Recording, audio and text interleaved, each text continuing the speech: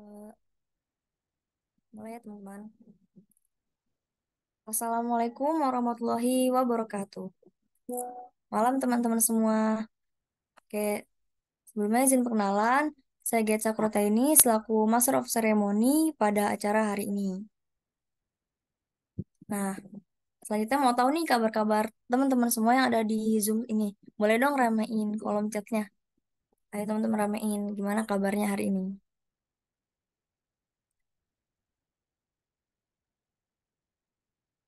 Wah, dari Kak Ismi baik Kak. Kak Dini alhamdulillah. Untuk Kak Junifer kabar baik Kak.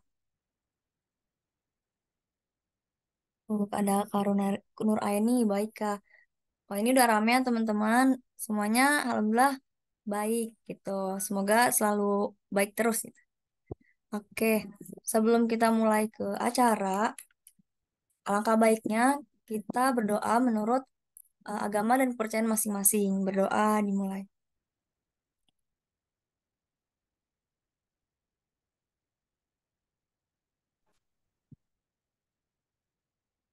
Berdoa dicukupkan. Oke, selanjutnya aku mau ingetin dulu buat teman-teman semua. Nanti bakalan ada presensi dan juga pretest yang bakal dikirim melalui chat Zoom. Jangan lupa diisi ya teman-teman. Dan juga untuk pretestnya bak dikasih waktu selama 5 menit. Nah, selanjutnya, jadi acara malam ini tuh nalari teman-teman, nalar ilmiah yang ke-11 dengan materi PKM dan juga Mawapres. Pasti teman-teman udah pada nggak sabar kan ya buat lihat acaranya gimana. Selanjutnya aku bakalan izin bacain susunan acaranya. Yang pertama ada pembukaan, yang kedua ada doa, yang ketiga ada pembacaan susunan acara, selanjutnya ada pembacaan CV moderator, selanjutnya ada ambil alih moderator, yang selanjutnya ada pembacaan CV pembicara, kemudian ada pemaparan materi oleh pembicara, dilanjutkan dengan sesi tanya jawab, dilanjutkan dengan pemberian sertifikat kepada pemateri, kemudian ada penyerahan acara kembali kepada MC, dilanjutkan dengan pemberian sertifikat kepada moderator, dilanjutkan dengan dokumentasi, dan yang terakhir ada penutupan. Nah, selanjutnya kita bakalan kenalan sama kakak moderator kita nih. Buat Kak Rehan, udah stay belum nikah di Zoom? Udah dong Kak, udah Halo steady. Kak, gimana nih Halo, kabarnya Kak? alhamdulillah baik. Alhamdulillah baik. Sehat-sehat. Oke. Lagi sibuk apa nih Kak? Paling sih cuman sibuk kuliah aja sih, kuliah karena udah mulai di semester baru lagi, jadi sibuk kuliah aja. Lagi sibuk kuliah ya. Aku izin ini ya Kak, bacain CV dari Kak Rehan. Boleh, boleh.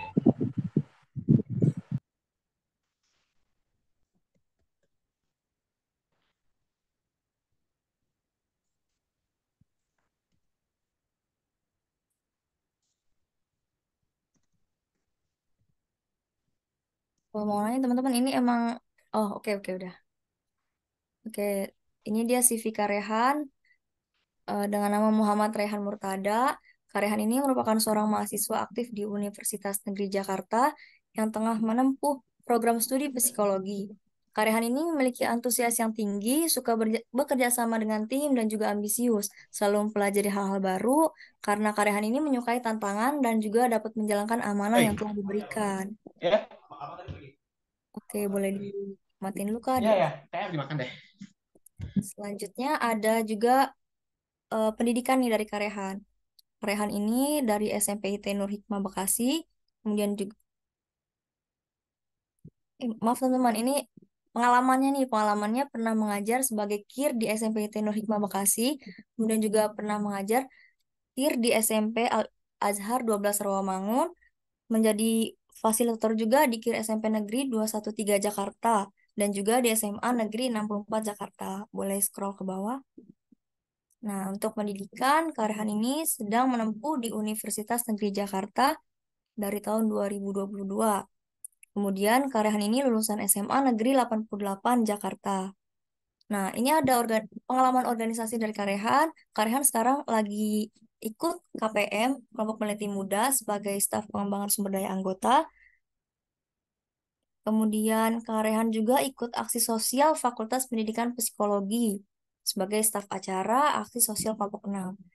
Oke, skill, achievement, dan experience lainnya itu Karehan ini pernah memenangkan Gold Medal ASEAN Innovative Science Environmental and Entrepreneur Fair tahun 2023, kemudian peringkat 2 LKTIN Prismatic 2023 Universitas Hasanuddin, kemudian penerimaan pendanaan program kreativitas mahasiswa bidang kewirausahaan. Wah, teman-teman keren banget gak sih CV dari Karehan ini? Nah, selanjutnya, karena kita udah baca CV dari Karehan, acara selanjutnya ini bakal dipimpin sama Karehan, teman-teman. Buat Karehan, eh, bisa dipersilahkan dimulai, Kak. Oke, terima kasih Gaitsa selaku Master of Ceremony. Oke, Bismillahirrahmanirrahim. Assalamualaikum warahmatullahi wabarakatuh. Perkenalkan saya Muhammad Raihan Murtado, bisa dipanggil Raihan selaku moderator yang akan memandu pada acara sesi kali ini. Sebelum itu, perkenankan saya untuk membacakan CV dari pembicara kita yang keren abis dan banyak prestasinya ya, tentunya. Boleh operator untuk membagikan layar? Oke. Oke, ini adalah merupakan biodata dari pembicara kita, yaitu Bang Andre Ferdiawan. Boleh next, di scroll ke bawah, operator. Oke, pembicara kita kali ini yaitu pembicara yang paling spesial karena memiliki pengalaman yang cukup banyak di bidangnya, yaitu pertama, pengalaman penelitian dalam 5 tahun terakhir, yaitu yang pertama, The Designer, selanjutnya ada Solatku, aplikasi desainku juga di bidang pendidikan. Berarti the next. Di sini Bang Andre juga punya penelitian tentang Elabo AR. Selanjutnya ada fashion designer, ada juga gambaran dukungan sosial orang tua remaja yang melakukan pernikahan dini di Cipidang di bidang sosial, dan juga ada di bagian penelitian di bidang ekonomi dan juga teknologi. Boleh di next. Penghargaan 10 tahun terakhir yang diraih oleh Bang Andre ini yaitu yang pertama Gold Medal Asian Innovative Science Environment and Entrepreneur Fair kategori Industrial Application yang diadakan oleh Universitas Diponegoro pada tahun 2023. Selanjutnya, Bang Andre ini merupakan top 15 mahasiswa berprestasi nasional yang diadakan oleh Kementerian Pendidikan, Kebudayaan, Riset, dan Teknologi pada tahun 2022. Selanjutnya, Bang Andre ini juga lolos Pekan Ilmiah Mahasiswa Nasional atau PIMNAS 35 skema karya inovatif yang diadakan oleh Kementerian Pendidikan, Kebudayaan, Riset, dan Teknologi pada tahun 2022. Selanjutnya, Bang Andre juga merupakan mahasiswa berprestasi utama jenjang diploma yang diadakan oleh LL Dikti Wilayah 3 tahun 2022.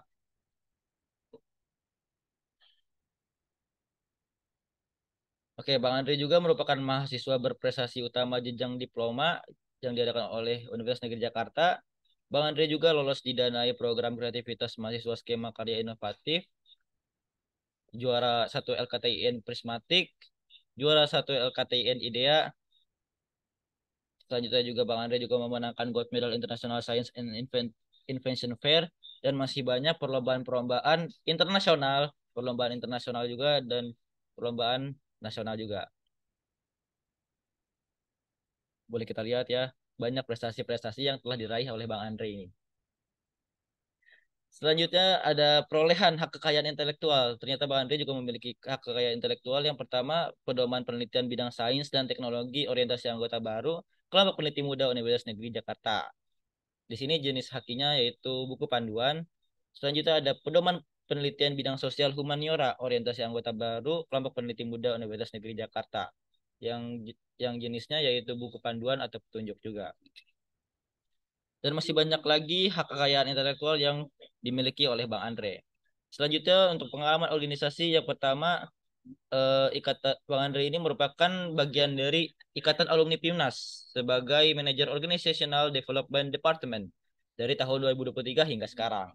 Selanjutnya Bang Andre juga pernah menjadi bagian Ikatan Mahasiswa Berprestasi Indonesia Manajer Human Capital dari tahun 2023 hingga sekarang. Bang Andre juga merupakan bagian dari PKM Center Universitas Negeri Jakarta sebagai Kepala Departemen Pengembangan Sumber Daya Mahasiswa dari tahun 2021 hingga 2022. Selanjutnya masih banyak prestasi-prestasi dan pengalaman-pengalaman organisasi lainnya. Selanjutnya Bang Andre juga pernah menjadi pembicara di talk show Hari Kebangkitan Teknologi ke-28 Pusat Prestasi Nasional Kementerian Pendidikan, Kebudayaan, Riset, dan Teknologi pada tahun 2023.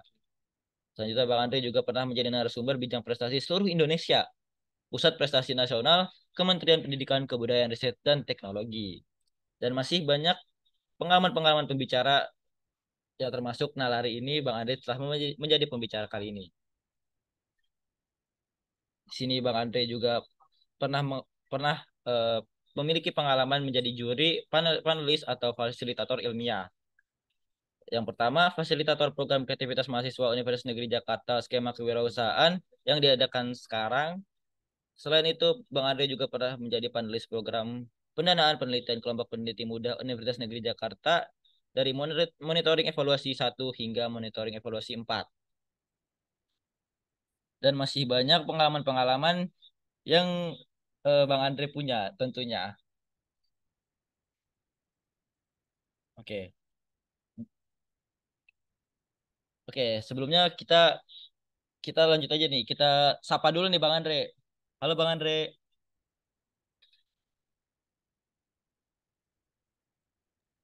Ya, halo Rehan.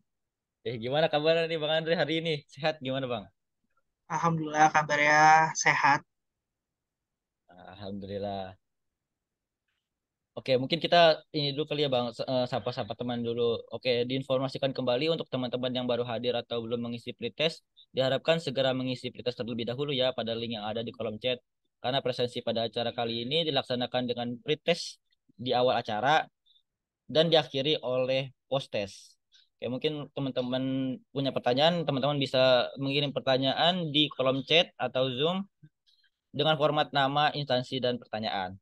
Oke, Bang Andre, sebelumnya kita mau tanya-tanya dulu nih Bang. Kesibukan Bang Andre akhir-akhir ini apa nih Bang? Kesibukannya sekarang lagi kerja jadi sosial media spesialis, terus juga ngajar sekarang di 5 sekolah, sekaligus juga lagi lanjut studi di UNJ lagi, kayak gitu. Alhamdulillah ya Bang. Banyak kegiatan ya Bang. Oke. Oke nih boleh nih Bang Andre langsung aja nih kepada Bang Andre silahkan untuk memberikan materi pada acara hari ini. Untuk waktu dan tempat kami persilahkan. Oke, siap. Terima kasih, Raihan. Mungkin dari teman-teman KPM, saya bawainnya materi Pilmapres dulu, terus habis itu tanya jawab, baru nanti saya lanjut ke PKM dan tanya jawab kayak gitu. Jadi nggak dua-duanya saya kasih baru tanya jawab ya. Nanti silakan panitia atur aja waktunya gimana.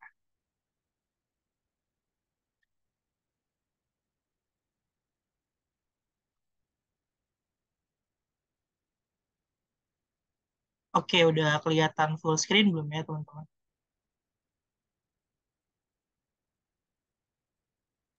Udah, Kak. Oke. Sudah terlihat Kak. Oke, sebelumnya Assalamualaikum warahmatullahi wabarakatuh. Selamat malam teman-teman semua. Waalaikumsalam warahmatullahi wabarakatuh. Oke, teman-teman, kali ini aku diamanahin sama Divisi PSDA KPM UNJ 2023 untuk membawakan materi tentang Pilmapres dan juga PKM. Nah, di sini aku pun angkat temanya How to Maximize Your Value Through Mawapres, kayak gitu. Mungkin tadi udah dikenalin sama Raihan, sama moderator kita, nama aku siapa dan segala macam, tapi kurang afdol rasanya apabila aku tidak memperkenalkan diriku sendiri ke teman-teman. Kayak gitu. Oke teman-teman, nama saya Andre Ferdiawan. Saat ini saya sedang menempuh program studi S1 Pendidikan Vocational Design Fashion dan saya juga merupakan mahasiswa berprestasi nasional pada tahun 2022 dan juga peraih 70 lebih penghargaan, diantaranya 15 konferensi internasional, 15 di bidang olahragaan, dan juga 40 di bidang karya tulis ilmiah. Dan saat ini saya sedang menjadi mentor riset, pelatih KIR di 5 sekolah, sosial media spesialis sekaligus social project. Saya juga merupakan pendiri dari The Designer yang saat ini bernama Study Fashion, kayak gitu. Dan juga saya merupakan brand ambassador dari Akito Education. Dan saat ini saya juga sedang menjabat sebagai manajer di Ikatan Alumni Timnas dan juga di Ikatan Mahasiswa Berprestasi Indonesia. Kayak gitu. Dan masih banyak yang lainnya, teman-teman juga bisa follow sosial media saya, @andreferdiawan_vp untuk Instagram, dan juga ada WhatsApp serta LinkedIn.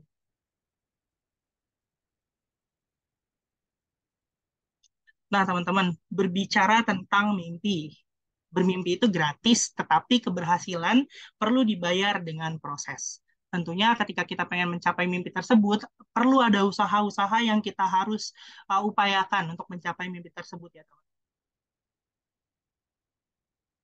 Nah, setiap kompetisi yang saya ikuti mengajarkan saya bahwa setiap orang tidak harus dituntut menjadi juara dalam kompetisi tersebut, melainkan dituntut agar setiap orang memiliki yang paling utama adalah mental juara. Nah, sebenarnya apa sih definisi dari Mawapres kayak gitu ya? Sebenarnya Mawapres itu apa sih Kak? Kok sampai ada kompetisinya? Kok sampai sebergengsi itu di tingkatan mahasiswa kayak gitu? Nah, teman-teman harus tahu bahwa saya Mawapres adalah mahasiswa yang berhasil mencapai prestasi tinggi, baik kurikuler, kokurikuler, maupun ekstrakurikuler sesuai dengan kriteria yang ditentukan. Kriteria apa tuh Kak? Nanti bakalan kita bahas. Apa aja sih yang menjadi kriterianya? Nah, untuk Pilmapres sendiri juga punya beberapa komponen yang tadi saya bilang kriteria. Yang pertama, teman-teman harus memiliki CU atau capaian unggulan, di mana itu adalah prestasi yang paling diunggulkan dari kayak gitu. Yang kedua adalah gagasan kreatif untuk jenjang sarjana dan produk inovatif untuk jenjang diploma. Kayak gitu ya. Jadi beda nih antara sarjana dan diploma, jangan sampai ketukar. Nah, untuk diploma 4 ya masuknya ke diploma kayak gitu ya. Terus yang ketiga ada kemampuan berkomunikasi dalam bahasa Inggris. Itu juga menjadi poin penting dari penilaian mahasiswa berprestasi. Yang keempat, nilai kepatutan, yaitu wawasan kebangsaan, bebas paham radikal, dan memiliki attitude yang baik. Nah, ini alur seleksi mungkin agak kurang jelas ya teman-teman. Kalau saya bisa di Zoom, silahkan di Zoom aja. Tapi kalau saya nggak bisa, saya jelasin. Nanti saya kasih juga PPT-nya ke panitia. Yang pertama adalah teman-teman harus lolos di tingkat seleksi di program studi dulu. Yang kedua, teman-teman harus masuk ke tingkat fakultas. Dan di fakultas, kalau teman-teman mau lanjut ke tingkat universitas, teman-teman harus menjadi juara 1 atau 2. Baru teman-teman bisa lanjut ke universitas. Nah, nanti di universitas kalian harus menjadi juara 1 untuk ke tingkat nasional. Jadi udah nggak bisa lagi juara 2, juara 3, harus juara 1 harga mati buat ke tingkat nasional. Enggak deh, enggak ke tingkat nasional dulu. Habis seleksi di universitas, kita bakalan seleksi di wilayah. Nah, wilayah UNJ tentunya ada di wilayah Jakarta. Nah, itu ada di LL Dikti wilayah 3. Nah, kalau misalnya kampus kalian ada yang nggak masuk wilayah 3, mungkin di sini ada yang dari mana, itu silakan dilihat kampus kalian masuknya di LL Dikti mana. Kayak gitu. Nanti akan diseleksi sesuai di LL Dikti per wilayah dulu. Nah, nanti per wilayah bakalan dipilih sebanyak 5 orang, tiga kalau sarjananya 5, diplomanya 3, pokoknya tergantung kuota masing-masing wilayah, kayak gitu. Nah, itu bakalan lanjut ke tingkat nasional awal.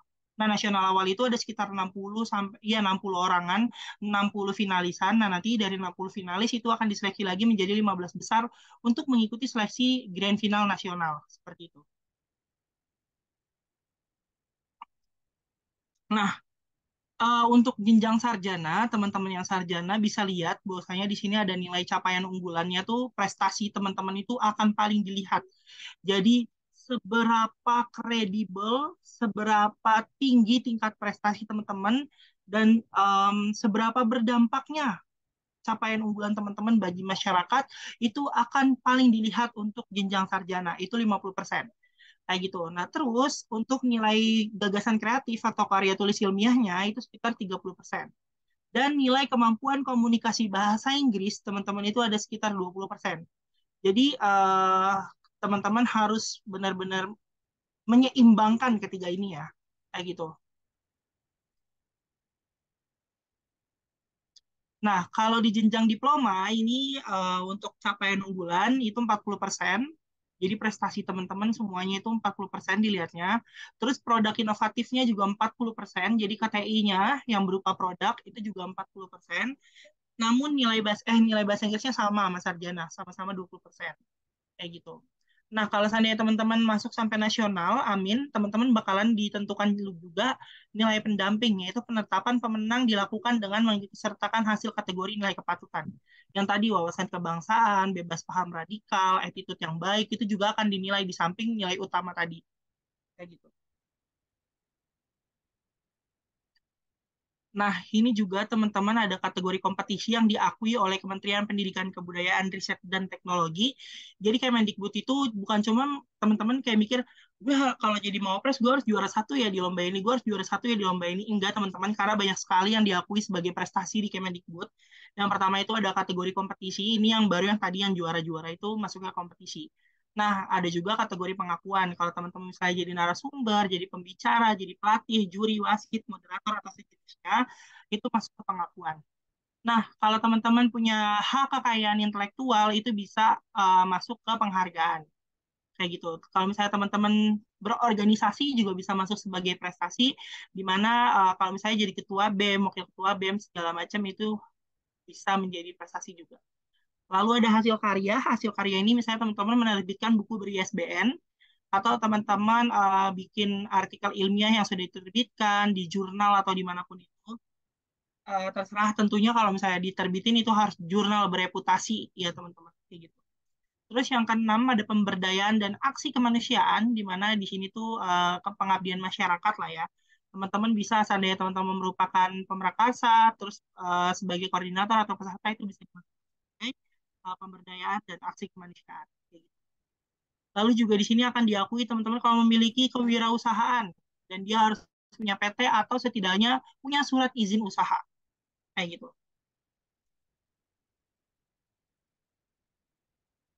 Nah, ini juga harus diperhatikan, ajang yang diikuti oleh event organizer yang nggak jelas itu juga nggak boleh.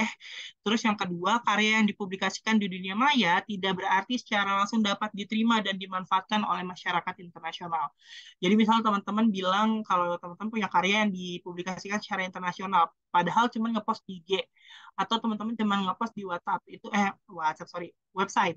Nah, itu nggak bisa teman-teman dibilang bahwasanya itu udah dipublikasikan secara internasional kayak gitu. Harus ada bukti visitornya segala macam kayak gitu. Terus peserta hanya mengajukan maksimal 10 CU. Jadi kalau misalnya prestasi nyampe 100, teman-teman harus 10 aja maksimal. Nggak boleh sebanyak itu. Kayak gitu 10, tapi peserta hanya diperkenankan mengajukan maksimal 4 CU untuk tiap bidang. Kan tadi ada 7 bidang. Nah, maksimal nih misalnya kompetisi ini 4, pengakuan 2, penghargaan 2, karir organisasi 2, itu boleh. Jadi nggak boleh misalnya kompetisi 5, sisanya yang lain itu nggak boleh. Pokoknya maksimal 4 per bidangnya.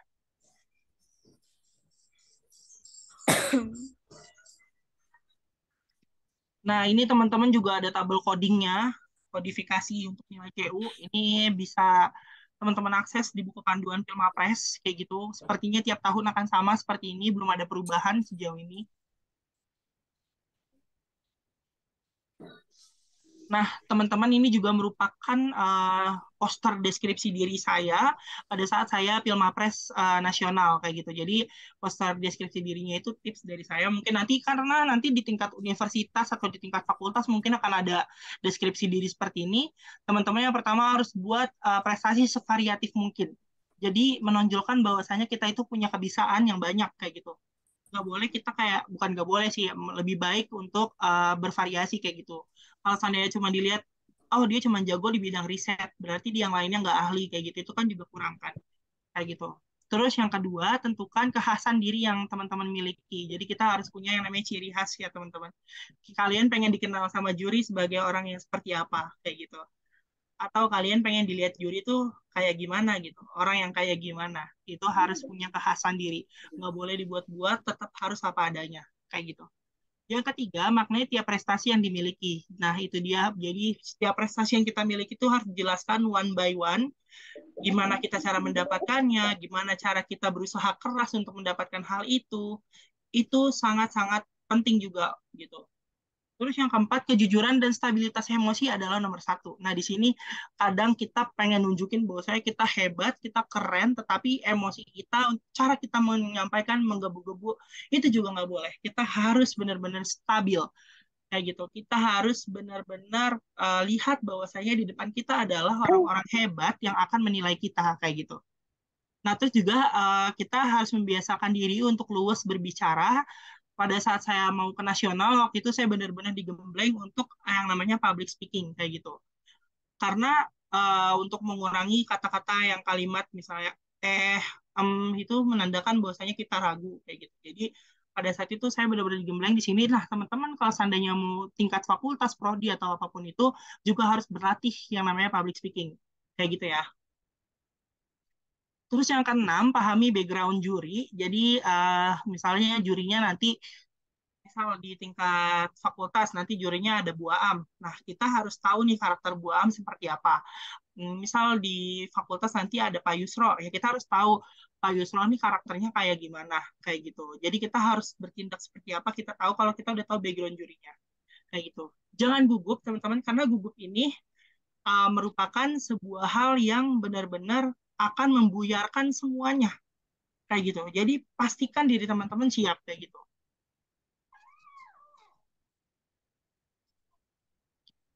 Nah, selanjutnya juga sistematika gagasan kreatif. Ini gagasan kreatif itu adalah karya ilmiah hasil tulisan mandiri dan asli, bukan karya jiplakan yang belum pernah diikut sertakan dalam lomba pada tingkat manapun, kecuali dalam rangkaian Pilmapres tahun ini dan belum pernah dipublikasikan.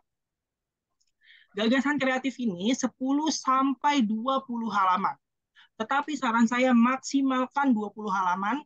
Kenapa? Karena kalau seandainya kalian cuma 10, kalian akan dianggap bahwasanya penelitian kalian, karya kalian minim teori.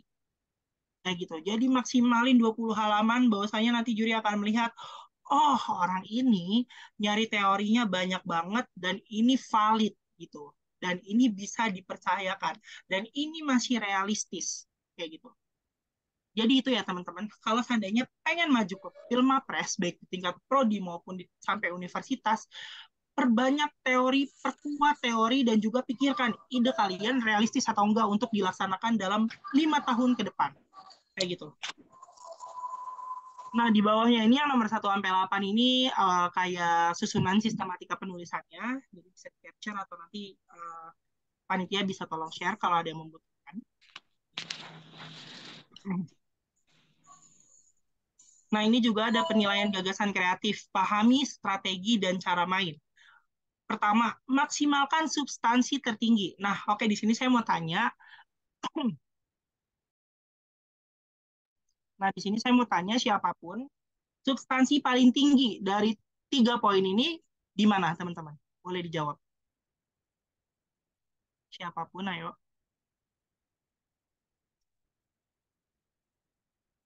Paling tingginya di mana? Di poin 1, 2, atau 3? Halo, everyone.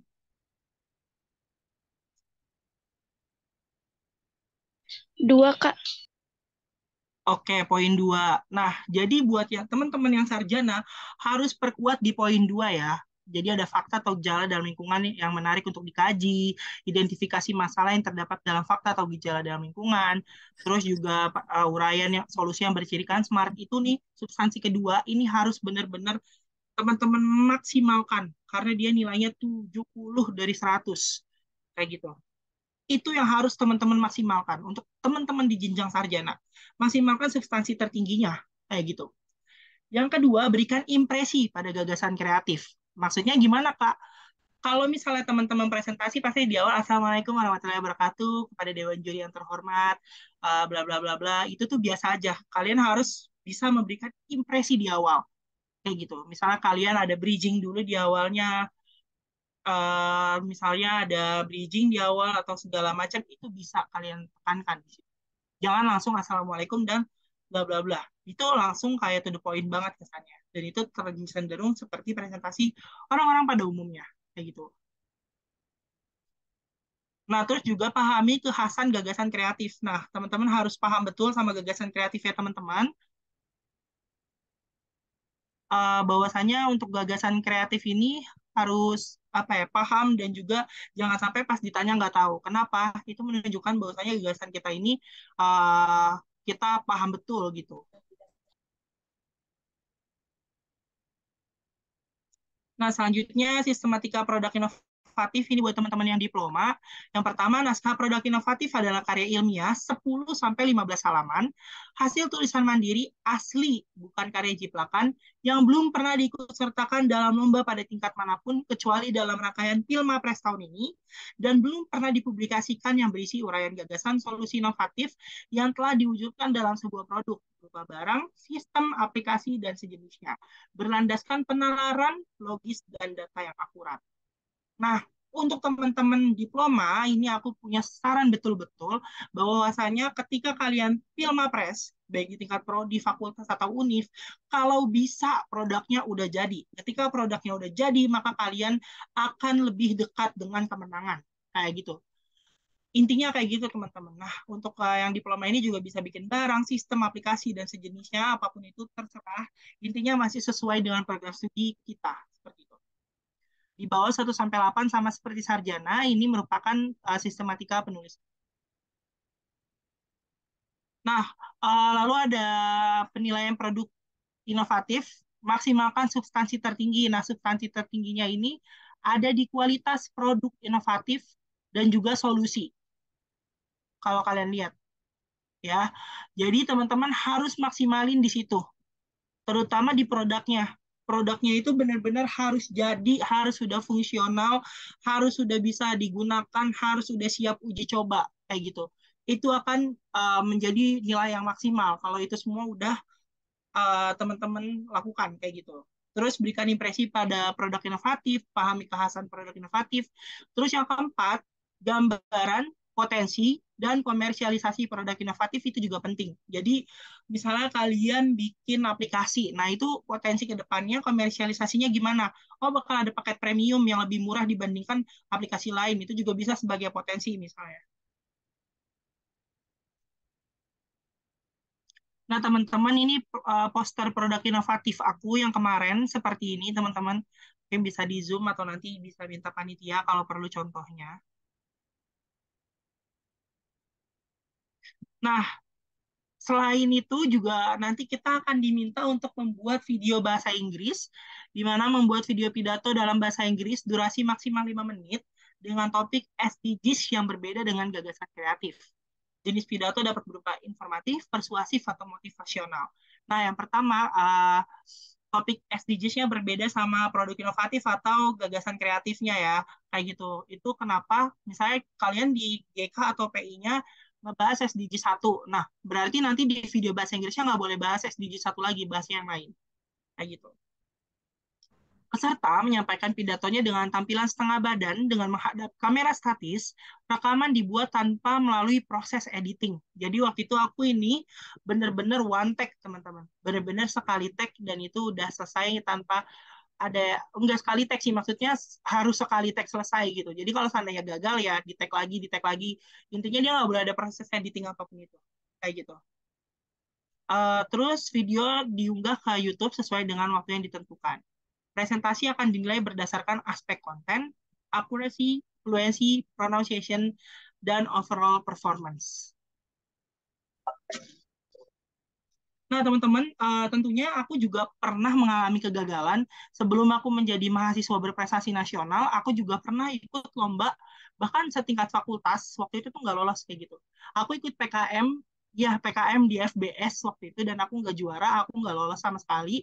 Bahkan masuk final tuh nggak di FBS waktu itu, di Fakultas Bahasa dan Seni yang namanya gravitasi. Di situ aku nggak lolos, dan aku nggak masuk uh, finalis sama sekali.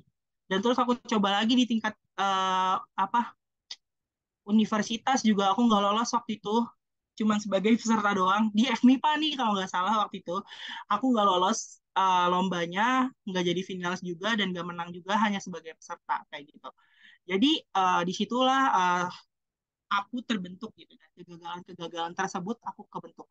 Makanya di awal aku bilang setiap orang tidak dituntut untuk selalu menjadi juara dalam kompetisi, tapi setiap orang diperlukan yang namanya mental juara dulu kayak gitu. Nah, kalau seandainya teman-teman gagal, itu harus coba lagi, coba lagi, coba terus sampai akhirnya jadi seperti ini. Inilah yang aku hasilkan atas segala buah kesabaran yang aku lakukan kayak gitu. Menunggu selama 1,5 tahun sampai akhirnya 1,5 tahun tuh gagal sampai akhirnya di tahun kedua itu langsung bangkit untuk berprestasi kayak gitu. Jadi di situ udah titik nemu gimana caranya kompetisi. Nah, yang teman-teman harus lakukan adalah teman-teman harus rindu mendapatkan award dan naik ke atas podium. Teman-teman harus rindu akan hal tersebut. Oh, ini waktu itu lomba idea sama Dini sama Fadil. Terus juga ini ada Mama Pres yang kanan kiri, yang di tengah sama di bagian kanan. Mungkin tadi ada Fadil sama Dini ya. Halo Fadil, Dini. Terus berikan yang terbaik versi darimu, maka tunggu kesempatanmu datang. Yang tadi aku bilang, aku cuma ikut di tingkat fakultas PKM, gak lolos, gak menang di gravitasi FBS, aku inget banget. Sampai akhirnya aku bermuara ke PIMNAS. Sampai akhirnya aku lolos sampai PIMNAS bareng teman-teman. Kayak gitu. Nah, keuntungannya nih salah satu benefit dari menjadi mahasiswa berprestasi ya teman-teman. Tentunya kita apa ya diberitakan kayak gitu baik di website, di sosial media kampus dan segala macamnya lah ya tentunya. Itu juga merupakan salah satu benefit menjadi seorang mama pres. Terus keuntungan lainnya diundang, mengajar kir, terus juga tawaran lanjut dan segala macam. Sesungguhnya Allah tidak akan mengubah keadaan suatu kaum sebelum mereka mengubah keadaan mereka sendiri. Quran Surat Ar-Rod ayat 11. Terima kasih. Wassalamualaikum warahmatullahi wabarakatuh. Aku kembalikan ke moderator.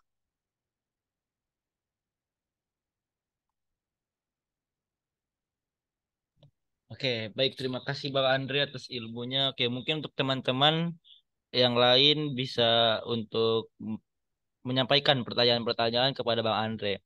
Bisa melalui room chat atau tanya langsung ya.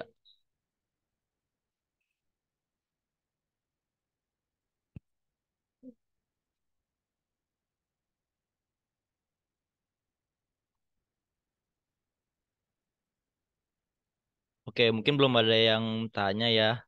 Oke, se- oke untuk mumpung yang lain belum bertanya, aku mau nanya dulu nih, Bang. Gimana sih Bang kalau misalnya kita ini belum ada prestasi nih, tapi kita pengen banget nih ikut PKM atau Mawapres. Nah itu caranya gimana tuh Bang? Supaya kita yang awalnya nggak tahu apa-apa, yang apalagi terutama kan untuk teman-teman yang masih mahasiswa baru ya, yang ibaratnya tuh masih baru untuk memulai suatu kehidupan kampus dan ingin mengenal berbagai macam prestasi-prestasi yang ada di kampus gitu, Bang. Nah, gimana sih caranya supaya biar kita ikut Mapres dengan nol prestasi?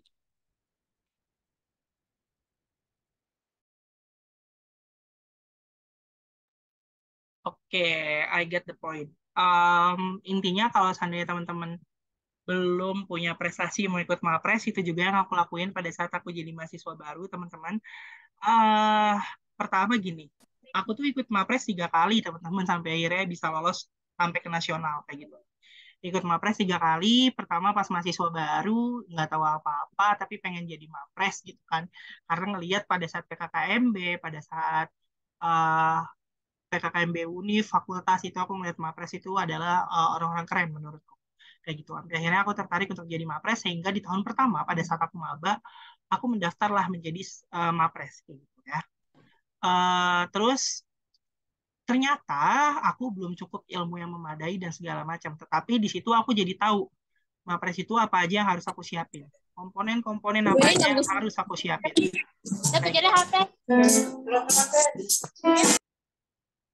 Ya, jadi seenggaknya kalau kalian masih mahasiswa baru, kalian boleh banget ikutan.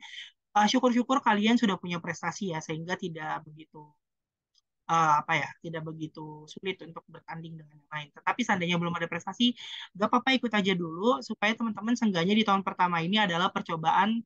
Bahwasanya di tahun pertama ini kita harus bisa kayak gitu. Harus bisa, harus tahu gitu. Seenggaknya kita lihat apa aja yang harus kita siapin untuk tahun depan maju lagi. Itu aja dulu untuk mahasiswa baru seenggaknya. Kayak gitu. Nah, terus waktu itu aku ikut tahun kedua juga masih gagal, bahkan gak lolos di tingkat fakultas, jadi finalis di fakultas juga enggak di tahun kedua, dan tahun ketiga aku baru diamanahin jadi Mawapres Utama UNJ kayak gitu. Nah, jadi emang prosesnya cukup panjang teman-teman. Ya, kalau emang mahasiswa baru mau ikut silahkan, seenggaknya kalian tahu dulu apa aja yang harus kalian siapin, tahun depan bisa daftar lagi. Kayak gitu. Oke, terima kasih Bang Andre. Untuk teman-teman yang lain, apakah ada yang ingin bertanya? Silahkan langsung angkat tangan atau on mic saja ya.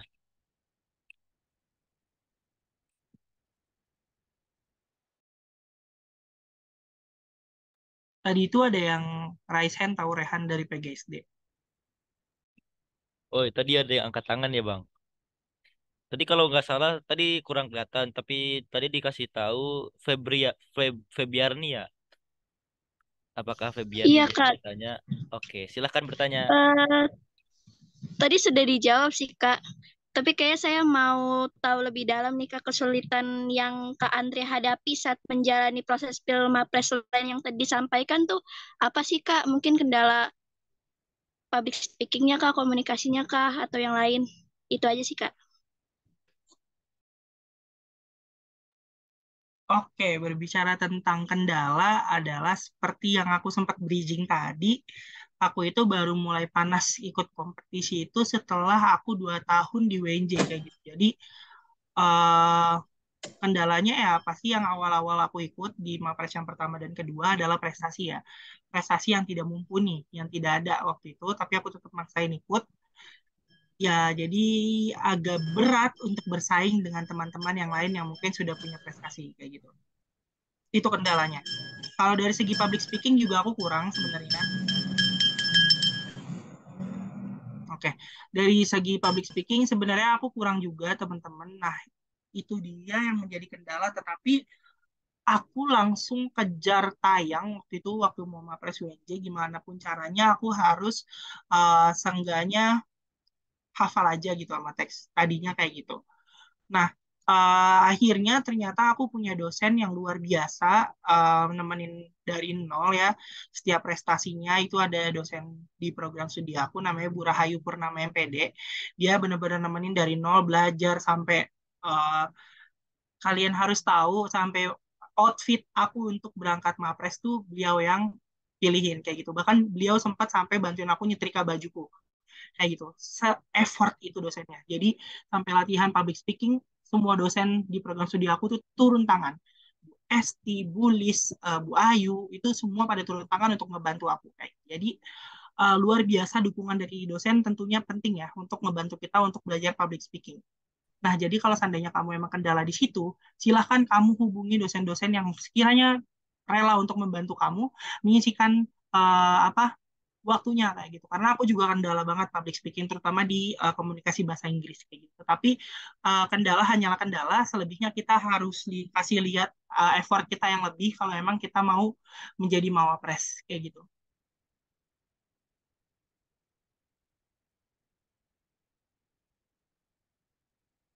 Oke, terima kasih Bang Andre. Untuk Kak Febiarni, apakah sudah terjawab?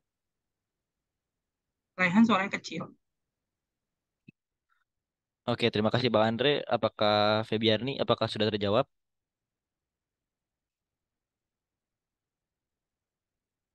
Oke, kita mungkin lanjut aja kali ya Bang ya ke pertanyaan lain. Ini ada yang raise hand untuk Kak Alif Rahman Hakim, boleh untuk bertanya.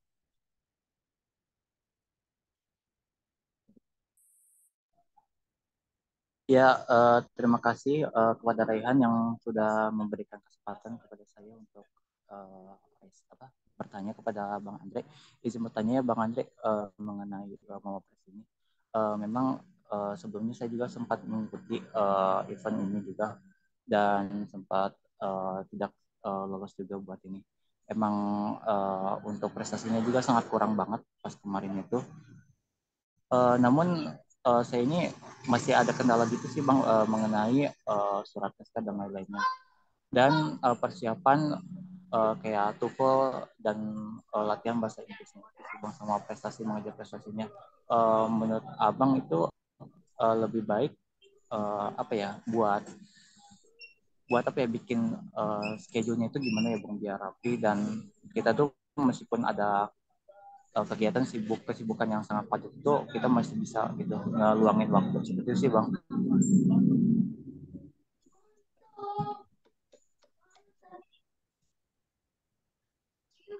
Oke, menurut kamu, jadi kamu nanya di sini timeline ya untuk menghadapi segala kendala kamu di atas kesibukan. Kayak Iya, gitu.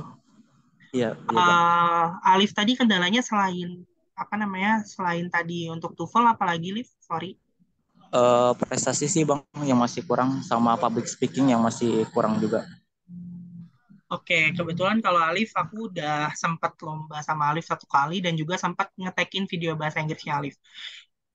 Sebenarnya kalau dari Alif aku bilang Alif itu udah siap untuk maju Mawapres tahun ini kayak gitu. Tapi menurut aku untuk public speaking down TOEFL itu bukan menjadi kendala utama kamu. Tetapi yang jadi kendala utama kamu adalah prestasi. Sekarang gimana caranya kamu coba ajak anak-anak KPM untuk ikut event, ikut lomba apapun itu atau teman-teman di prodi kamu atau dimanapun itu terserah kayak gitu. Jadi kamu harus benar-benar gembleng prestasinya dari sekarang. Mumpung Mawapres mulai bukan di bulan-bulan ini, tetapi baru sosialisasi aja paling. Nah, Mawapres itu biasanya akan mulai itu di November kayak gitu. Jadi buat Alif sekarang silahkan kebut prestasi Alif kayak gitu. Karena kendala utama Alif bukan public speaking kayak gitu. Oke, public speaking itu misalnya jadi dianggap jadi kendala, tapi itu bukan kendala yang paling utama. Karena nilai sarjana paling tinggi itu 50% di prestasi, Liv. Jadi yang lain bisa menyesuaikan, termasuk TOEFL dan juga tadi public speaking. Kayak gitu. Yang paling penting adalah untuk meloloskan kamu ke tingkat fakultas itu harus lebih 50% lebih unggul dibanding yang lain. 50%-nya harus tinggi, itu harus kalau bisa skor maksimal di fakultas supaya kamu lolos dulu. Kayak gitu. Nah, itu kamu bisa kejar prestasinya dari sekarang. Gimana Kak cara ngejarnya? Salah satunya ajak teman. Ajak teman untuk berkompetisi. Kayak gitu ya. Kalau public speaking itu bisa dikebut kualif. Kalau prestasi nggak bisa dikebut. Kayak gitu. Oke Bang, terima kasih banyak Bang atas masukannya. Oke, Ali. Semangat ya. Ya.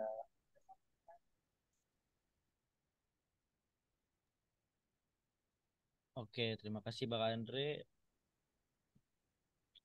Oke, selanjutnya nih, mungkin untuk pertanyaan-pertanyaan selanjutnya ditahan dulu di akhir, karena nanti di sesi akhir akan ada pertanyaan kembali karena waktunya sudah eh, terbatas ya. Oke, Bang Andre silahkan untuk memberikan materi selanjutnya, yaitu tentang program kreativitas mahasiswa. Oke, oke. Isi Selanjutnya tentang... tugasnya di mana, Kak? Iya,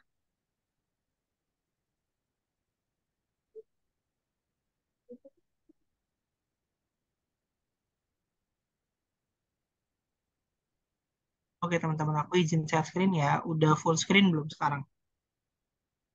Oke, sudah sudah Kak. Sudah, Kak. Oke teman-teman, ini sepertinya akan aku cepetin ya kalau PKM karena bidangnya banyak banget dan gak mungkin aku jelasin satu-satu. Tapi kalau teman-teman mau bertanya boleh DM Instagram aku. Kalau ada yang punya nomornya juga boleh WhatsApp ya. Kayak gitu. Yang pertama adalah what is the purpose of PKM?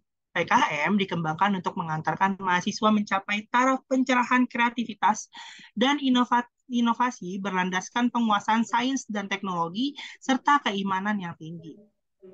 Dalam rangka mempersiapkan diri menjadi pemimpin yang cendekiawan, wirausahawan mandiri, dan arif, mahasiswa diberi peluang untuk mengimplementasikan kemampuan, keahlian, sikap, tanggung jawab, membangun kerjasama tim, maupun mengembangkan kemandirian melalui kegiatan yang kreatif dalam bidang ilmu.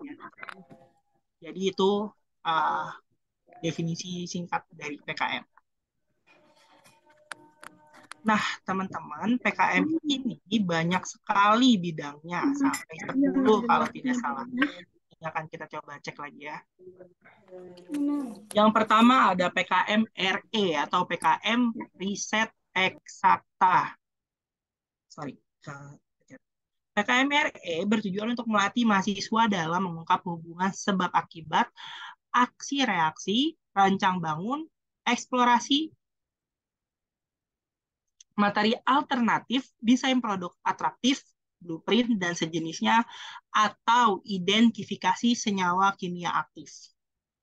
Jadi RE ini science banget lah ya, ibaratnya kalau kita bisa katakan. Nah, ada lagi temennya PKM RSH atau PKM Riset Sosial Humaniora. Bertujuan untuk melatih mahasiswa dalam mengungkapkan hubungan sebab akibat, penelitian deskriptif tentang perilaku sosial, ekonomi, pendidikan, seni, dan budaya masyarakat, baik terkait dengan kearifan lokal maupun perilaku kontemporer.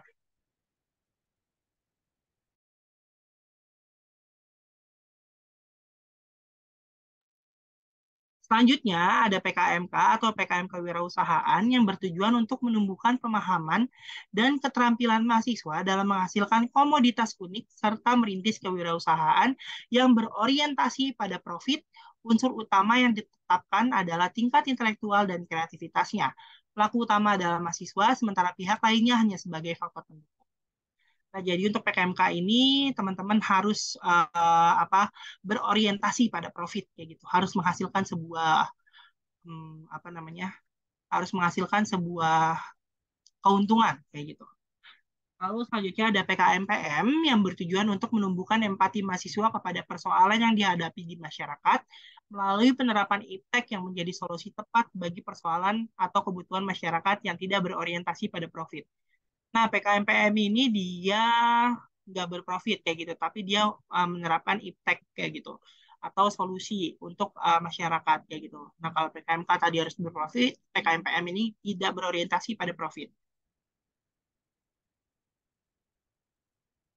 Nah, ini dia ada 3 bidang yang mungkin teman-teman mikirnya ini sama aja, tapi sebenarnya ini beda. Ada pembedanya, tapi 3 bidang ini punya ciri khas masing-masing. Tapi 3-tiganya sama-sama teknologi. Apa bedanya? Oke, kita coba bahas dari PKMPI. PKMPI bertujuan untuk membuka wawasan iptek mahasiswa terhadap persoalan yang dihadapi di dunia usaha, usaha mikro sampai perusahaan besar, atau masyarakat yang berorientasi pada profit.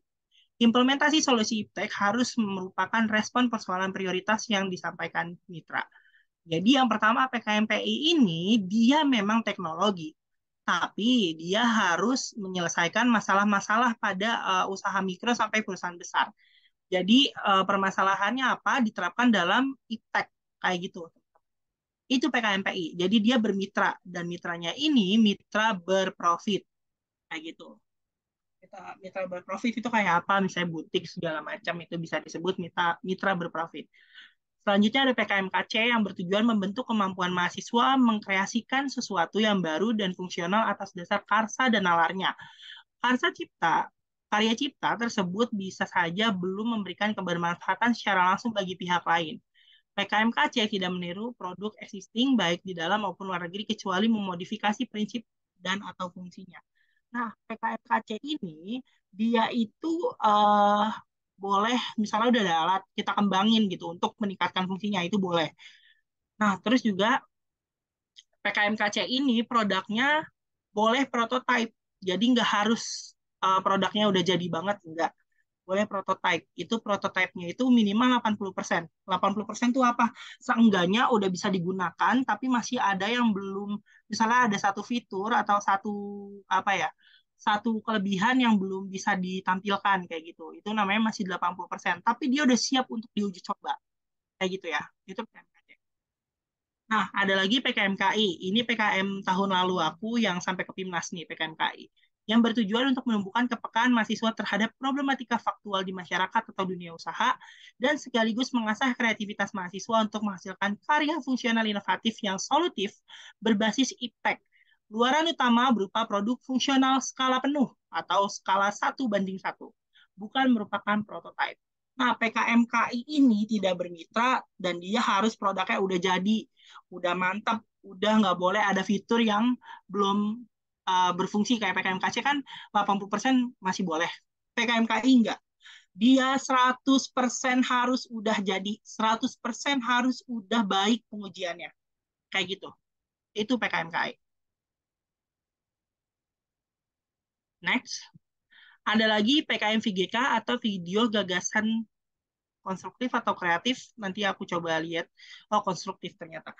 PKM VGK bertujuan untuk memotivasi partisipasi mahasiswa dalam mengelola imajinasi, persepsi, dan nalar. Memikirkan tata kelola yang konstruktif sebagai upaya pencapaian tujuan SDGs di Indonesia maupun solusi keprihatinan bangsa Indonesia. Jadi PKMVGK ini bertujuannya untuk menyelesaikan SDGs ya, kan ada 17 tujuan SDGs dan ada 169 target dari SDGs. Nah, kalian pilih deh mau mana yang kalian selesaikan kayak gitu.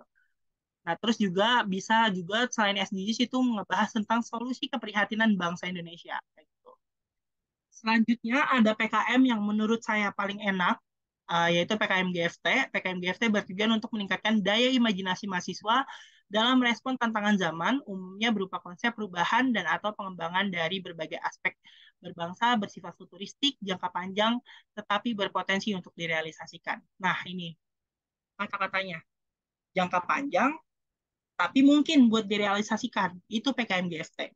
Jadi PKM yang kalian tuh nggak bisa direalisasikan sekarang, tapi mungkin di tahun-tahun yang akan datang, dia bisa direalisasikan. Itu PKM GFT. Nah, PKM GFT ini paling enak teman-teman karena dia tidak mengikuti proses penelitian, tapi dia akan diundang langsung ke Timnas kalau dia dapat undangan ya. Selanjutnya ada PKM AI yang bertujuan untuk memberi pengalaman mahasiswa menghasilkan karya tulis ilmiah.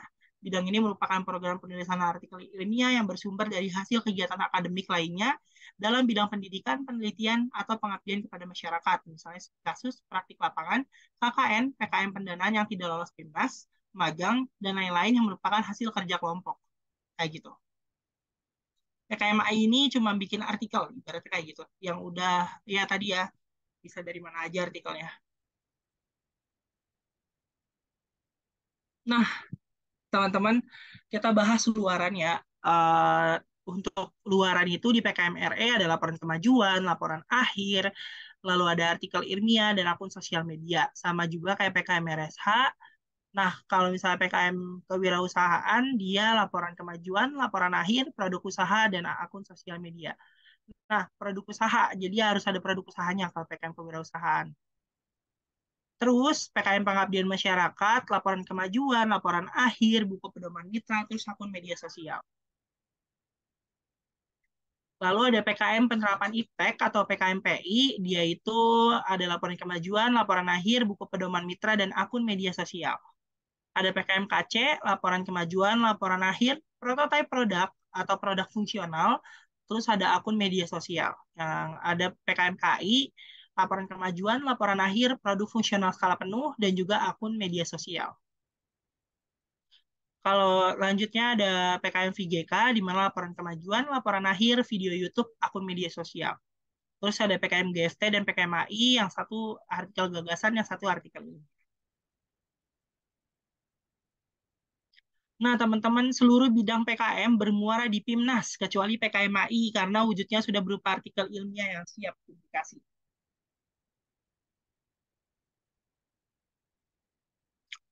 Ini ada isian proposal yang paling utama itu menggunakan huruf Times New Roman ukuran 12. Terus teks paragraf menggunakan jarak baris 1,15 spasi dan pemerataan teks menggunakan rata kiri kanan. Yang ketiga, layout menggunakan ukuran kertas A4, satu kolom, margin 4333. Terus not administrasi paling utama, ide nomor 2. Jadi untuk ikut PKM, administrasi dulu teman-teman harus urusin. Idenya nomor 2. Jadi kalau seandainya idenya bagus banget, keren banget, udah bisa direalisasikan kemanapun, tapi seandainya administrasinya salah, itu bakalan batal lolos didanai. Kayak gitu ya. Ini juga ada PKMK, aku nggak bakal jelasin semua. Nah, intinya kalau PKMK, teman-teman harus lihat substansi tertingginya. Substansi tertingginya itu ada di keunggulan produk, berbasis iptek, unik, dan bermanfaat. Terus rancangan usaha. Teman-teman harus ngerancang usahanya kayak gimana, itu juga paling tinggi substansinya. Dan juga ada yang namanya potensi pelaksanaan dan perolehan profit. Jadi perhitungan, analisa perhitungan ekonominya juga dilihat banget di PKMK. Terus ini ada PKMKC, ini nanti teman-teman baca aja karena nggak mungkin aku jelasin semua. Tadi aku udah kasih gambaran umumnya. Nah, untuk PKMKC nilai paling tingginya tuh ada di kontribusi produk dan luaran terhadap perkembangan iptek. Itu substansi paling tinggi di PKMKC.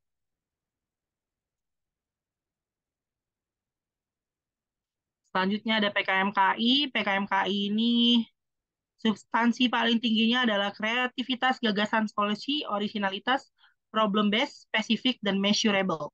Nah, ini juga paling tinggi di PKMKI. Terus dia juga ada ketepatan IPTEK, standar, regulasi, dan metode yang digunakan juga nilainya paling tinggi. Jadi kalian harus tekankan di kreativitas, gagasan, solusi, sama ketepatan IPTEK yang ini, jadi supaya nilai substansi kalian tuh tingginya maksimal. Lalu ada PKMPI, dia substansi tertinggi di PKMPI adalah nilai tambah produk untuk mitra. Kayak gitu.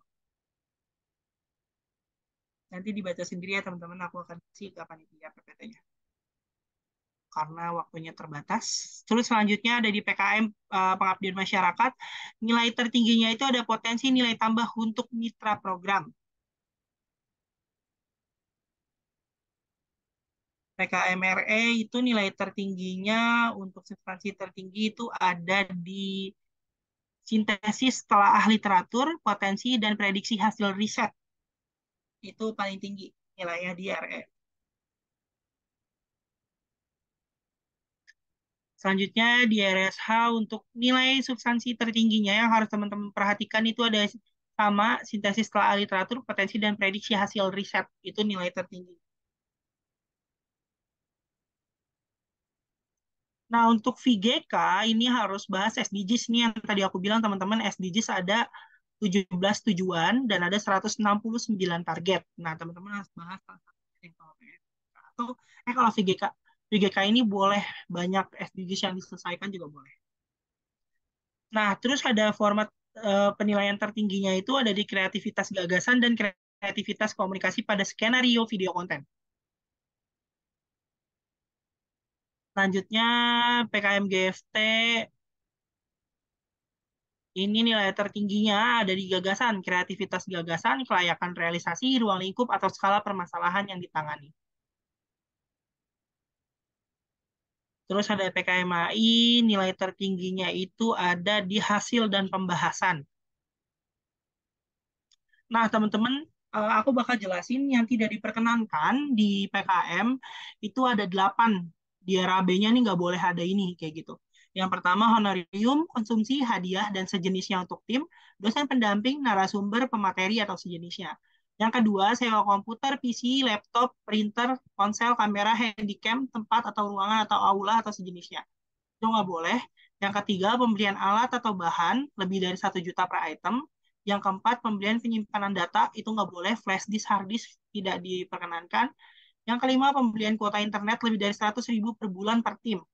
Catat ya, per bulan per tim itu cuma boleh 100.000 untuk kuota internet. Terus durasi sewa lisensi atau sejenis yang melebihi 6 bulan. Jadi kalau kalian berlangganan Canva atau apapun nggak boleh lebih dari 6 bulan. Kayak gitu. Yang ketujuh ada penyusunan, penggandaan, dan atau penjilitan laporan kemajuan laporan akhir, kecuali PTS atau PTN yang mewajibkan hard copy. Terus yang ke-8 ada biaya publikasi atau promosi kegiatan di media sosial lebih dari 500. Itu nggak boleh, jadi harus di bawah 500. Nah, ini kalau saya teman-teman harus didanai, ini merupakan contoh logbook kegiatan, dan ada juga contoh logbook keuangan. Dah, teman-teman, itu sudah cukup. Oke, terima kasih. Aku kembalikan lagi ke moderator. Oke, oke, terima kasih Bang Andre atas materi yang telah disampaikan tentang program kreativitas mahasiswa. Untuk teman-teman, apakah ada yang ingin bertanya?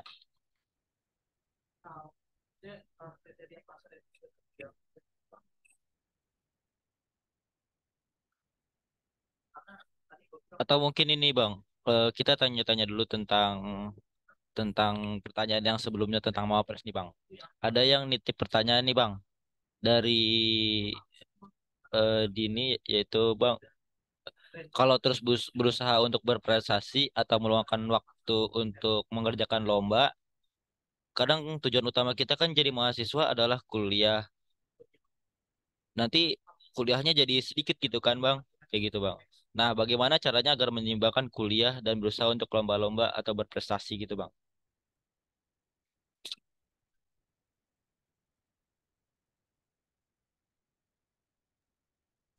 Oke, sebenarnya ini hmm, kalau bisa dibilang ini balik lagi ke manajemen waktunya teman-teman kayak gitu. Kalau dari versi aku dulu aku lomba, aku juga ikut organisasi, aku waktu itu KPM UNJ teman-teman, aku di PSDA, terus juga kuliah tentunya. Jadi sama nih ada tiga kuliah, organisasi sama berprestasi kayak gitu. Teman-teman harus bisa tentuin skala prioritasnya teman-teman gitu. Apa yang harus teman-teman kerjakan duluan. Ketika tujuan kalian ke kampus, kalian masuk UNJ awalnya adalah kuliah. Dan itu sampai akhir. Sampai tujuan kalian itu lulus kayak gitu. Jadi paling utama itu adalah kuliah dulu. Kayak gitu. Nah, baru untuk kompetisi-kompetisi yang lain untuk kalian ikuti kayak gitu. Nah, tapi kan kuliah juga enggak 24 jam teman-teman kayak gitu. Jadi begitu selesai kuliah teman-teman bisa langsung ikut organisasi, bisa langsung ikut lomba, itu bisa aja kayak gitu. Yang terpenting itu adalah gimana cara kalian manajemen waktu gitu. Karena kalau seandainya kalian kuliah nggak seharian kan kuliahnya kayak gitu. Apalagi misalnya kalian kuliah Senin sampai Jumat, taruhlah maksimal banget jam 5 kayak gitu. Ya udah kan selebihnya kita bisa untuk diskusi lomba, selebihnya kita bisa untuk tetap organisasi aktif juga bisa kayak gitu. Jadi gimana cara kamu manajemen waktunya aja kayak gitu. Dan kalau seandainya kamu sampai gara-gara lomba kuliahnya terlantar juga nggak boleh juga kayak gitu, teman-teman kayak gitu ya. Oke, terima kasih Bang Andre. Oke nih Bang, pertanyaan selanjutnya yang tadi tertinggal nih Bang. Eh, Motivasi apa sih yang bisa mengantarkan Bang Andre sampai akhirnya mendaftar menjadi Mawapres gitu Bang? Motivasinya mungkin ini aku juga sekalian promosi ya teman-teman yang mungkin belum daftar KPM bisa daftar. Motivasinya adalah di KPM UNJ itu adalah tempatnya orang-orang yang suportif dan juga prestatif. Jadi pada saat aku mahasiswa baru itu aku lihat mawapresnya itu dari KPM rata-rata kayak gitu. Jadi aku daftar KPM dan akhirnya aku termotivasi gitu. Karena ketika kita berada di lingkungan yang prestatif, tentunya kita akan juga terus berusaha untuk berprestasi kayak gitu ya. Jadi motivasi saya untuk jadi Mawapres pada waktu itu awalnya karena melihat kakak-kakak saya semua waktu itu pada jadi Mawapres. Sehingga terbentuklah keinginan dari diri saya untuk, oh saya juga pengen deh kayak mereka jadi Mawapres, kayak gitu. Awalnya motivasinya itu, tapi begitu 3 tahun terakhir saya ikut, saya langsung uh, berbicara pada diri saya bahwasanya ketika saya udah ikut dan dipilih prodi itu berarti saya udah mewakili nama prodi dan ternyata saya lolos dari fakultas sudah mewakili nama fakultas. Saya punya tanggung jawab. Jadi itu motivasi saya untuk terus jadi mawapres kayak gitu.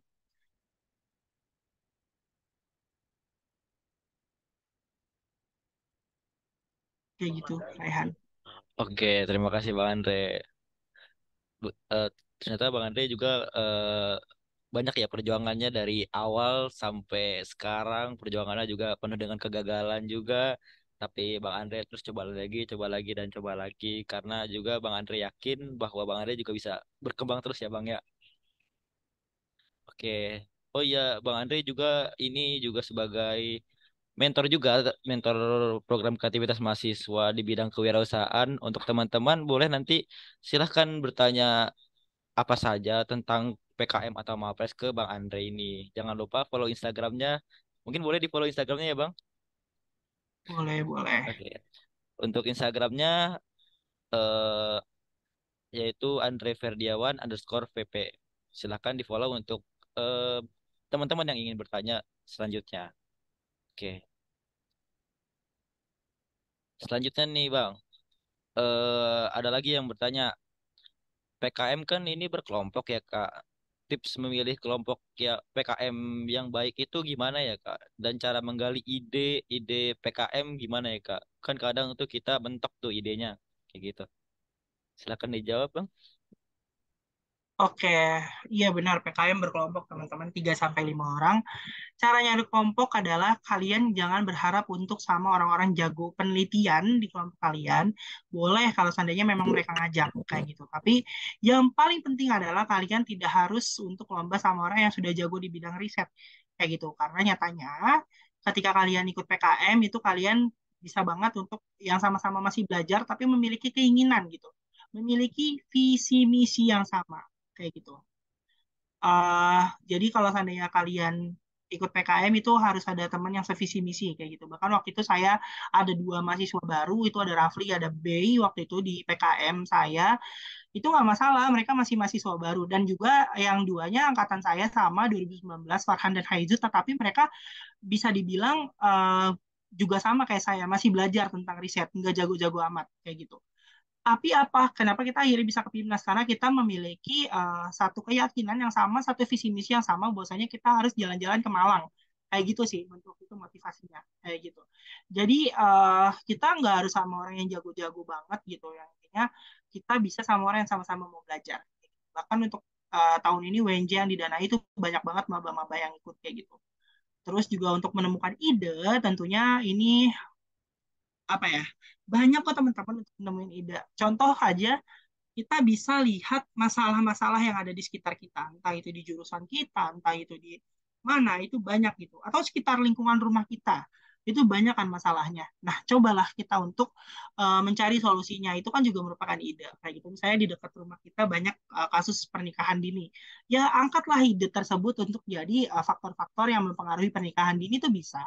Misalnya di lingkungan sekitar kita ada uh, apa ya, pembelajaran yang menurut satu prodi itu susah banget, susahnya mampus kayak gitu. Nah, ya udah kita bikin media pembelajarannya kayak gitu. Kita bikin media pembelajaran yang bikin mata pelajaran tersebut jadi asik kayak gitu. Dimana dia juga enjoy jalaninnya kayak gitu. Jadi ide bisa datang dari mana aja.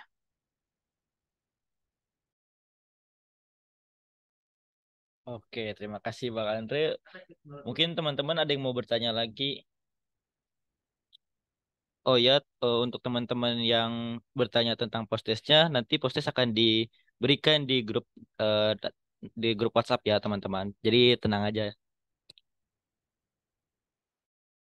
Oke, teman-teman ada yang ingin bertanya kembali?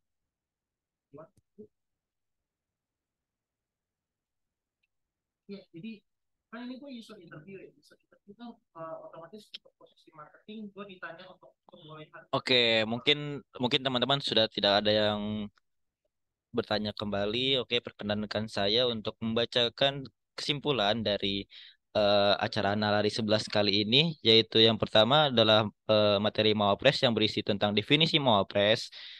Yang kedua adalah komponen-komponen Mawapres yang meliputi capaian unggulan atau CU. Selanjutnya ada gagasan kreatif dan produk inovatif. Selanjutnya ada kemampuan bahasa Inggris, nilai kepatutan, kebangsaan bebas paham radikal, dan memiliki attitude yang baik.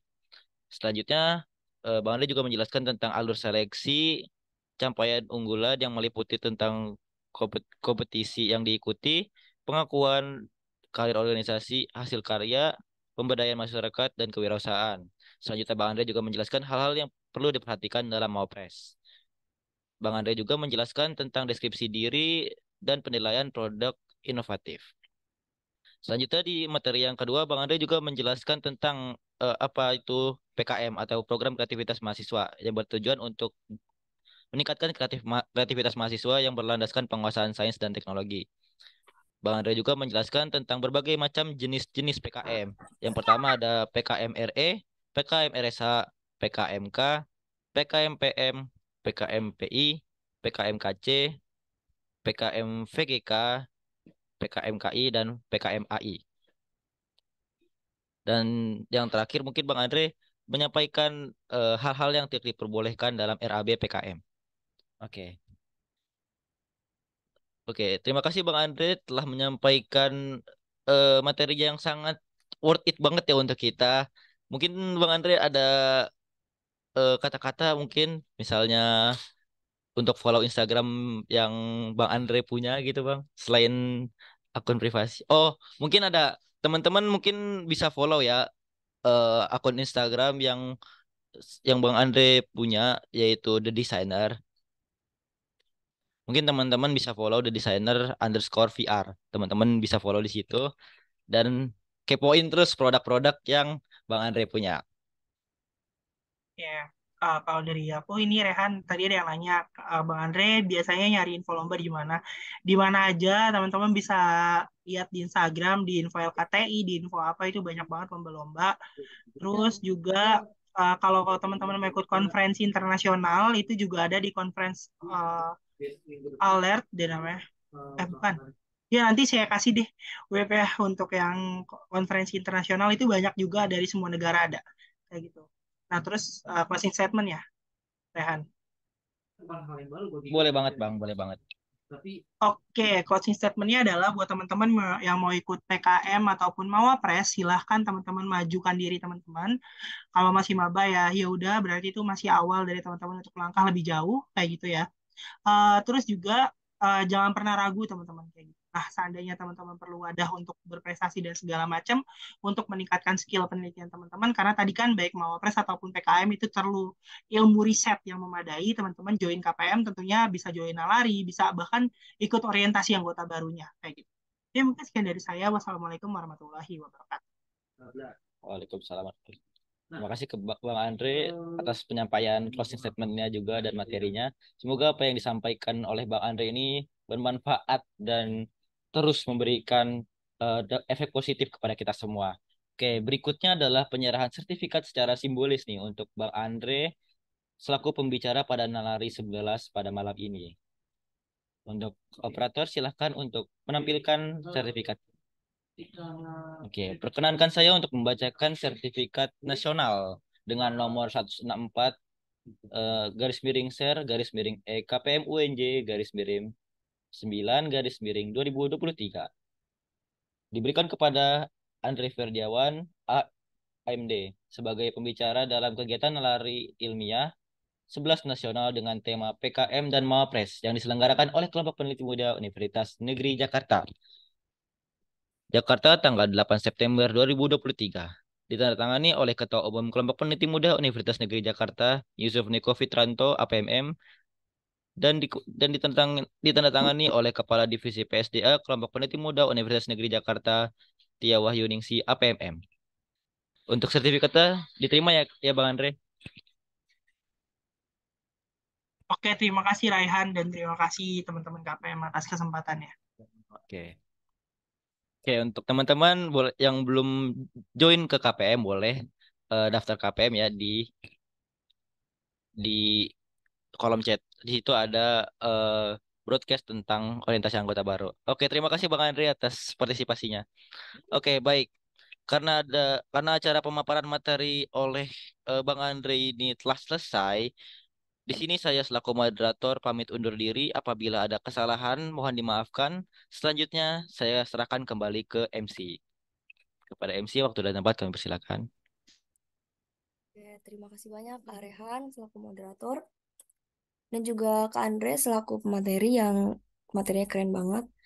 Sesi selanjutnya bakal Sesi selanjutnya kita akan ada penyerahan sertifikat kepada moderator.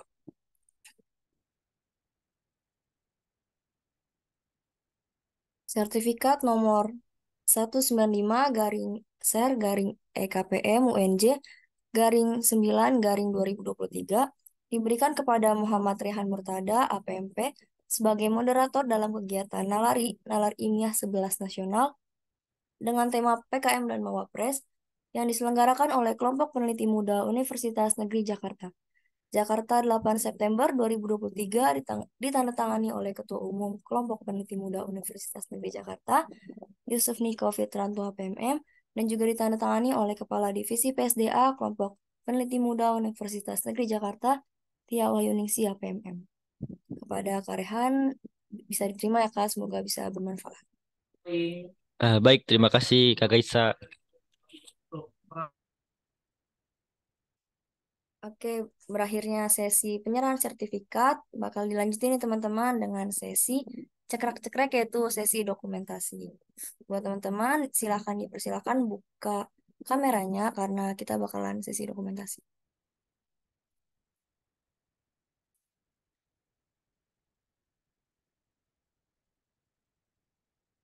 Oke, masih ditunggu ya teman-teman buat yang belum buka kameranya.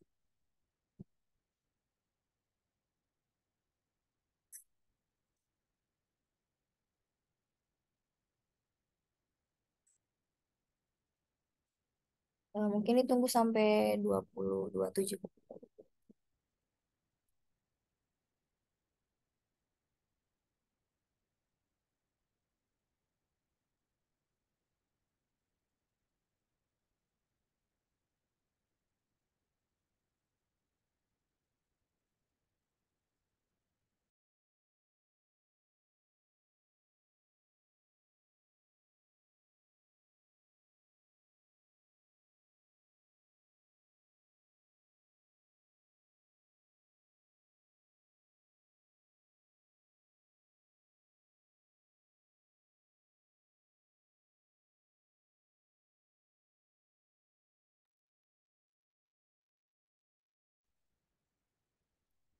Oke, ditunggu ya teman-teman buat yang mau on cam.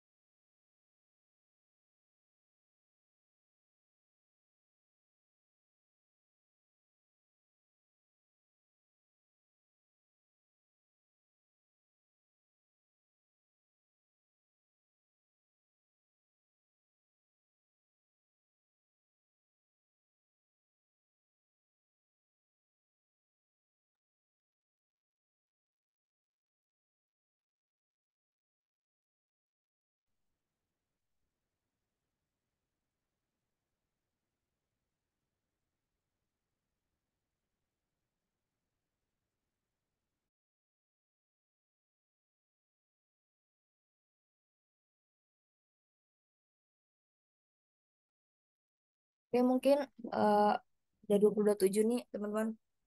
Bisa dimulai dokumentasinya. Buat kalau kooperator, bisa dibantu ya.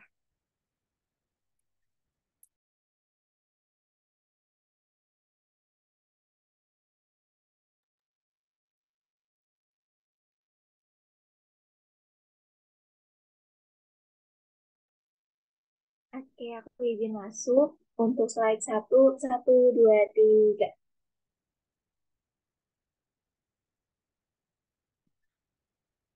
Oke, tahan. Boleh ganti gaya dulu, teman-teman. Satu, dua, tiga.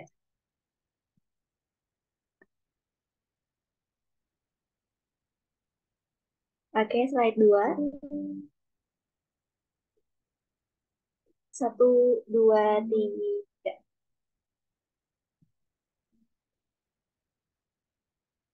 Sekali lagi, satu,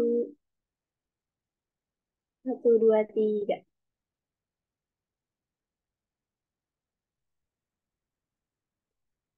Oke, makasih aku kembalikan kepada MC. Oke, terima kasih Kak Sopi atas dokumentasinya. Berakhirnya dokumentasi hari ini, berakhir juga acara Nalari malam hari ini. Semoga materi PKM dan juga Mawapres yang telah disampaikan oleh Kak Andre bisa bermanfaat buat kita semua, baik sekarang maupun nanti. Saya Getsa Sakrota ini selaku Master of Ceremony pada kegiatan hari ini, pamit undur diri. Kurang lebihnya mohon maaf. Wassalamualaikum warahmatullahi wabarakatuh. Waalaikumsalam warahmatullahi wabarakatuh.